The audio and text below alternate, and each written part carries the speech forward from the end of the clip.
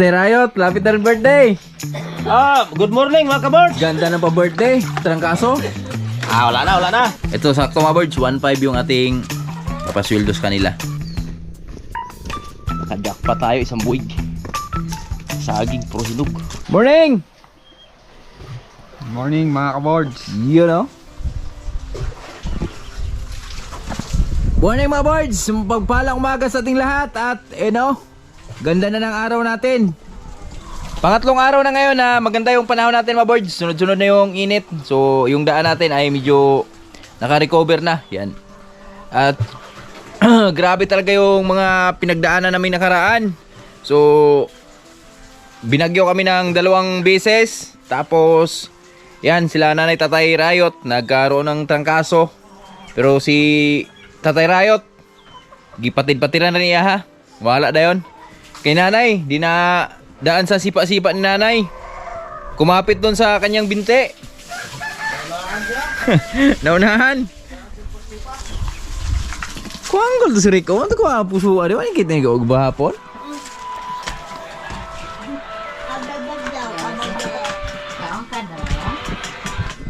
Yan, dito si Nanay oh. Nay, good morning. Hoy, mga kabords. Kumusta? Hey, sakit pakiramdam. Kalawasan. Na may bibili eh. Hello? Kinsa man ka? No. Bibi kang Nanay Riot? Bago? Ikaw bago ba bibi Nanay Riot? Advance happy birthday pala kay Ate Lali, no? Hello mga kabords, maraming salamat. Yan. Lunes. Sa Lunes. Lunes na kasi 17. ilang taon ka na? 18? 17 pa lang. 17 pa lang? Mag-18. Grabe. Tatay Riot, lapit na rin birthday. Good morning mga kabords. Ganda ng pa-birthday. Trangkaso? Wala na. Wala na? Tayo, pasalamat tayo nga hindi pa dumating yung birthday natin. Nauna yung trangkaso natin pero hindi obra.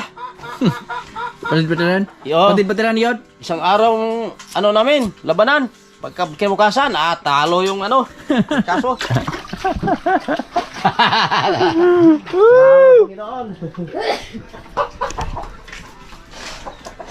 Yan, pasalamat sa Tatay Riot dahil medyo malakas na siya ngayon. At mga kaboard, so pasensyahan nyo na dahil nakaraang araw talaga. Di tayo nakapag-video gawa nung sobrang busy talaga natin dito sa Buhay Bukid. Gawa nung yan, sa Tatay Riot, nagkatrangkaso. So halos lahat tayo yung kumikilos dito pero salamat pa rin tayo dahil binigyan tayo ng lakas ng malakas na ganun. Yung lakas natin ba binigay sa atin ng mahal na Panginoon. Thank you Lord dahil kahit sobrang daming mga pagsubok na dumating sa buhay namin, pero ito pa rin tayo, lumalaban pa rin tayo. At yung mga kalabasa pala natin, so nakaraan kasi di natapos na araro to ni Tatay Riot. Ang ginawa ko na lang, yan, kumuha na lang tayo ng taga pagbalokbok. So 3 araw na nila ngayon, pangatlong araw nila ngayon na naghahambok sa ating mga kalabasa. At ito na, so tingnan natin, baka tapos na yata. So 2 araw kalahati. Ano oras dyan, ma?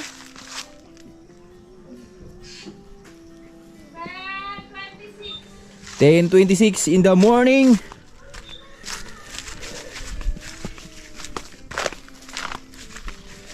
Eto na yung mga kalabasa natin. Na-isprehan ko na rin to kahapon. Medyo marami-rami na talaga yung pinagdaanan natin. Yan o. Manaday?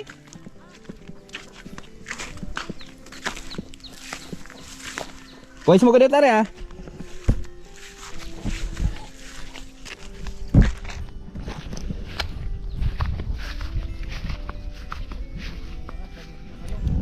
Maulig eh?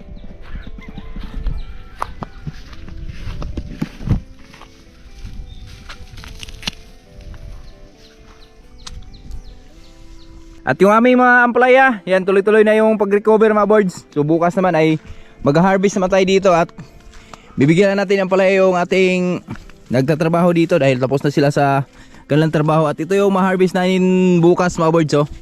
Yan, tingnan nyo yung mga bunga ng ampalaya natin. Oh.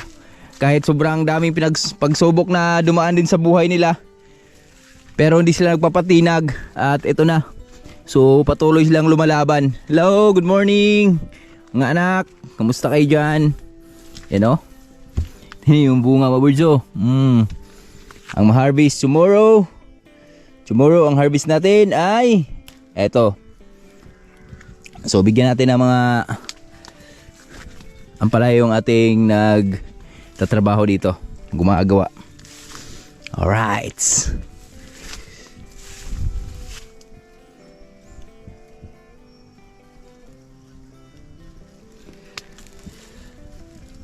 Grabe, pasalamat talaga tayo mga birds dahil meron tayong ganitong blessing ngayon. Kahit sabihin nating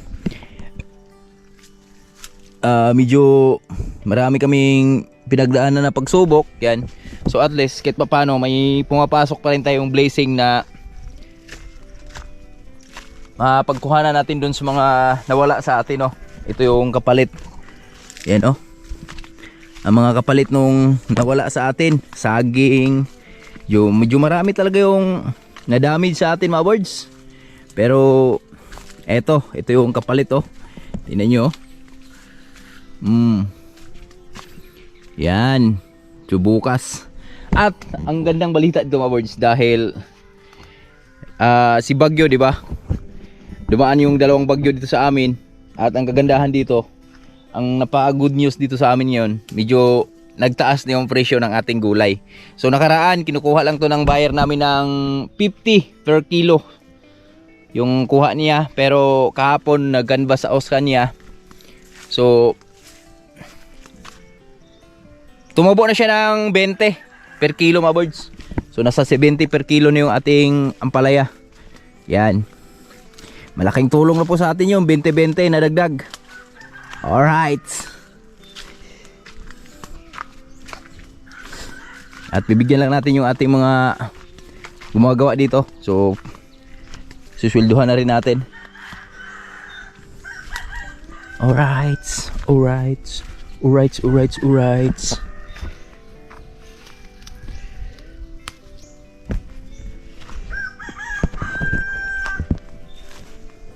Medyo marami yung bunga ng aming ampalaya. Siguro di rin bababa to sa ang huling harvest. Naka-harvest kami nakaraan nito mga birds. Naka-harvest kami ng 60 kilos. Malinis. Tapos tumaas na siya ng 10 piso ng ano nun, yung per kilo. So kumita din tayo ng 3,000 mahigit, 3,600 sa pang-8 harvest natin. Ito pang siyam na to bukas, harvest na to. At nakita ko sa bunga, so di pa rin siya bababa ng 60 kilo yung ma-harvest natin bukas. Ganon tayo ka-bless sa ating mga ampalaya ngayon. Yan. Thank you Lord. Kaya di lang tayo mapanghinaan ng loob kasi nakaraan sabi ko nga, akala ko wala nang pag-asa. Lalo na nung binayo talaga to ng husto nung hangin nakaraan. Sabi ko mukhang hanggang doon na lang yung ampalaya natin. Pero di pa pala. So lumalaban pa sila sa hanggang dulo, no? Lumalaban sila hanggang dulo. At siguro makapag-harvest pa tayo ng mga pinakamataas 10 or tingnan lang natin kung hanggang saan kakayanin itong mga ampalaya natin. Bakit nga ba mahal kita kahit di pinapansin ang damdamin ko? Eto, bigyan natin sa kanila. Birds, so ito na. So papasweldo tayo dun sa mga nagtatrabaho sa farm natin, sa ating mga kalabasa. Yan, laking pasalamat ko dahil kung di dahil po sa kanila, so syempre hindi natin matatapos agad yung ating mga ginagawa, lalo na sa paghahambok ng kalabasa. Yan, salamat sa lakas ni Inday Maricel at sa kanyang asawa. At syempre ang araw kasi dito sa amin mga birds ngayon, ang arawan dito sa amin ay nasa, may nag-ano dito sa amin, papaarawan ng 250 a day, pero libre pagkain yun. Pero pag 300 a day, so labas na tayo, labas na yun, wala nang libreng pagkain yun. Pero sa akin, yan na, nililibre pa rin natin sila ng snack, 300 a day. So syempre mga birds, ito yung kanilang pinaghirapan sa farm natin. So naka 2 kalahating araw sila. So syempre babayaran na natin, ito yung pasweldo natin sa kanila, 1.5. Ito sakto mga birds, 1.5 yung ating papasweldo sa kanila. So binigyan ko na lang sila ng ampalaya para makaulam din sila. Yan, syempre salamat tayo sa mahal nating Panginoon dahil natulungan nila tayo sa kating mapabilis na gawain. At syempre nakatulong din tayo sa kanila. So ito, malaking tulong na rin to sa kanila mga birds. Alright, bigyan na natin mga birds. Yan, magandang hapon mga birds. So kanina, yan, sweldo tayo dun sa ating naghahambok ng mga kalabasa. At kanina napaganda na ang panahon natin at napakabilis nagbago. Yan, umaambo naman. Napaka-bless lang dahil pagkatapos hambukan, pagkatapos abunuhan, ito na yung nangyari. Yan, binigyan agad tayo ng ulan ng ating mahal na Panginoon. Thank you Lord for the blessing. At yung mga saging ni Bruno ay nagbungahan na. Ito yung mga tira sa bagyong Tino at Uwan. Yan. Right. Tamang tama yan sa ating panahon. Tamang tama yan sa ating mga pananim. At ngayon mga birds, yan, meron lang akong kukunin na saging dito. Kasi nung bagyong Uwan kasi mga birds saka Tino, marami talagang saging na nabuwal sa amin. Tulad na lang nito, yan. So ito, di talaga to napakinabangan. Gawa nung, ayan. So kakatanggal lang kasi ng puso. So yung laman niya, napakaunti lang. Pero meron din namang maraming, may mga natumba din na medyo sakto na sa edad. Tulad na lang dito. Yan. Wait lang. Dito tayo. Pakita ko sa inyo. Ito yung isa sa pinakamasarap. Yan. So at least napakinabangan natin. Di tulad nung iba na hindi natin makapakinabangan. Taba ng saging ni Tatay Rayo to. Tsaka pwede halabasin yung mga ano dito mga birds, oh. Saging natin dyan, oh. Yung niyog natin natabunan na. Ito yung niyog natin dito. Wala, nagkataon na busy tayo eh. Yan. Survive, survive. Tanggalan natin.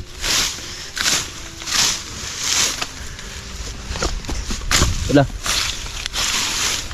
Yun, ulan na. Bayan. Muulan na. Hindi na natin patagalin. Kunin na natin yung dapat natin kunin. Ano? Dito tayo dumaan sa kabila. Loh, yung napir na tinanim ko dito nakaraan, oh. Buhay na, oh. At dami palang kumpay dyan, oh. Dami palang makumpay dyan. Daming itlog ng ahas, oh. Naninilaw. So sa ngayon, di pa natin maapak yan dyan mga birds. Gawa nung sobrang maputik pa eh. Gawa nung dumi ng mga ano, yung tubig na galing dito sa hugas sa mga baboy namin. So dyan lahat napunta. So yung iba, dito naman sa may safety tank naman dito. Pero yung iba,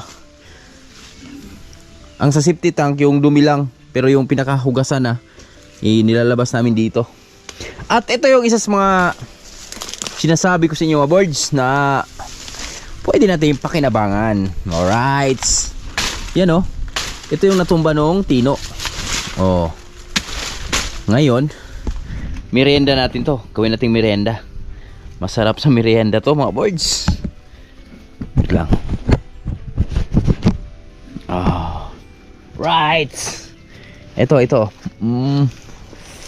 Wow, nakabuta tayo kasi mabasa dito masyado. Wow. Halos lahat hinog na. Kunin lang natin ha. Tsaka ako ipakita sa inyo ha. Okay.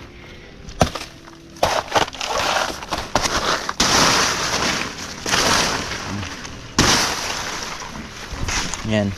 Kita niyo mga birds. Wow. Hinog. Hinog siya, hinog.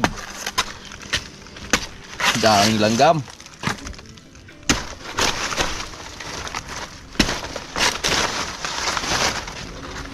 Ito hawak.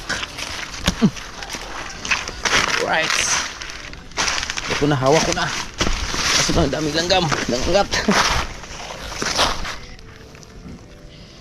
Wow. Sa kanila daw to eh. Sa amin yan. Sa uli mo yan.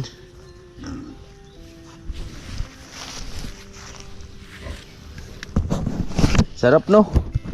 Ngayon ko lang to nasilayan. Kanina umaga ko lang to nasilayan mga birds eh. Kaya kinuha ko na agad. Dahil oh yan oh. Lapit na siyang mabulok. Pero sakto pa. Sakto yan sa pangprito ba. Maruya. Tara. Dito natin hawakan. May langgam sa itaas eh.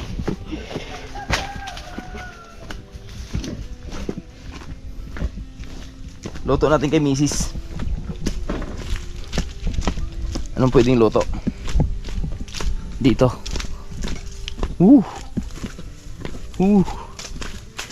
Ganito lang siya, mabigat din eh. Yung umulan, dumaan lang yung ulan.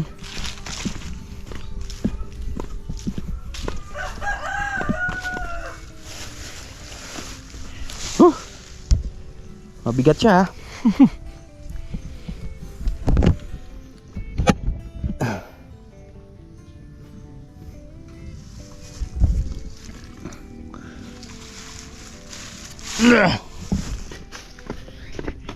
Okay.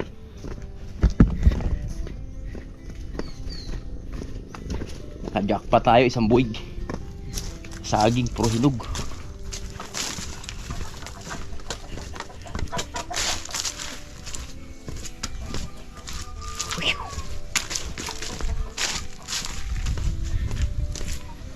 Sarap no. Hindi masarap sa probinsya. Galing puno talaga yung hinog. Labo.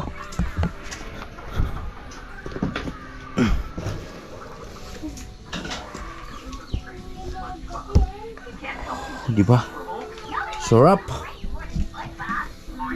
Tikman natin.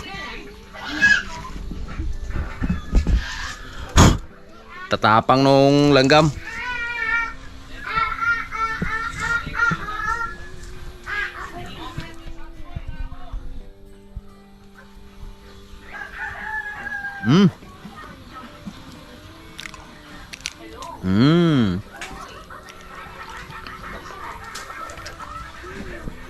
Panalo ang tamis.